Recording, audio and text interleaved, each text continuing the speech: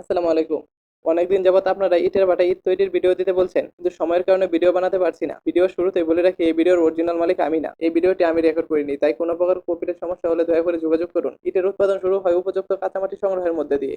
আদর্শ ইটের জন্য যে মাটি প্রয়োজন তা সাধারণত কৃষি জমি বা নদীর কাছাকাছি এলাকা থেকে সংগ্রহ করা হয়। সংগ্রহ করার পর এই মাটিকে প্রথমে স্তূপ আকারে রাখা হয় এবং যত্ন সহকারে পরিষ্কার করা হয়। সমস্ত অবঞ্চিত নুড়ি পাথর ও জৈব পদার্থ বাদ দেওয়া হয়। এর মূল লক্ষ্য হলো মাটির মসৃণতা ও বিশুদ্ধতা নিশ্চিত করা। এরপর শুরু হয় মাটিকে নমনীয় কাদামণ্ড এ পরিণত করা। সংগৃহীত এবং পরিষ্কার করা মাটির সঙ্গে পর্যাপ্ত পরিমাণে জল যোগ করা হয়। শ্রমিকেরা হাতে বা আধুনিক প্রযুক্তির সাহায্যে এই মাটি ও জলকে দীর্ঘ সময় ধরে মেশান। এই মিক্সিং বা মন্ড তৈরির উদ্দেশ্য হলো মাটির মধ্যে প্লাস্টিক বা নমনীয় গুণ তৈরি করা, যা কাদাটিকে সহজে ছাঁচে ফেলে ইটের আকার দেওয়ার জন্য উপযোগী করে তোলে। কাদামণ্ডটি এমন হতে হয় যেন তা খুব বেশি তরল বা খুব বেশি শুকনো না হয়ে যায়। পরবর্তী ধাপে এই নমনীয় কাদাটিকে আয়তাকার ছাঁচে ফেলে কাঁচা ইটের আকার দেওয়া হয়। ঐতিহ্যবাহী বাটাই কাঠ বা ধাতুর সাহায্যে হাতে কাটা বরাদ করা হয়, যা পেশাদার শ্রমিকরা দক্ষতা ও অভিজ্ঞতার উপর নির্ভর করে। আধুনিক স্বয়ংক্রিয় বাটাই মেশিনের মাধ্যমে কাদাটিকে নির্দিষ্ট আকারে ডাইসের মধ্য দিয়ে বের করে এনে তারপর স্বয়ংক্রিয়ভাবে কেটে নেওয়া হয়। এভাবে তৈরি হওয়া প্রতিটি ইট হলো কাঁচা ইট। কাছ থেকে বের করার পরে এই কাঁচা ইটগুলোকে তাৎক্ষণিক পুরানো সম্ভব হয় না। ইটের ভেতরে থাকা অতিরিক্ত জলীয় বাষ্প বা আর্দ্রতা দূর করার জন্য এদের শুকানো আবশ্যক। এই কাঁচা ইটগুলোকে সারি সারিভাবে খোলা মাঠে বা আংশিক ছায়াযুক্ত স্থানে রোদে শুকানো হয়। প্রায় 1 থেকে 2 সপ্তাহ ধরে এই শুকানোর প্রক্রিয়া চলে। এই প্রক্রিয়া অত্যন্ত গুরুত্বপূর্ণ, কারণ ভেজা ইট সরাসরি আগুনে পুড়লে দ্রুত তাপের প্রভাবে ফেটে যেতে পারে বা ভেঙে যেতে পারে। যখন ইটের আর্দ্রতা একটা নির্দিষ্ট স্তরে নেমে আসে, তখন ইটগুলোকে মজবুত হয়ে পরবর্তী ধাপের জন্য প্রস্তুত করা হয়। শুকানো কাঁচা ইটগুলোকে এরপর চূড়ান্ত ও সবচেয়ে গুরুত্বপূর্ণ ধাপের জন্য প্রস্তুত করা হয়। এই ইটগুলোকে সাবধানে বাটা চুলের একটা নির্দিষ্ট নকশা অনুযায়ী সাজানো হয়।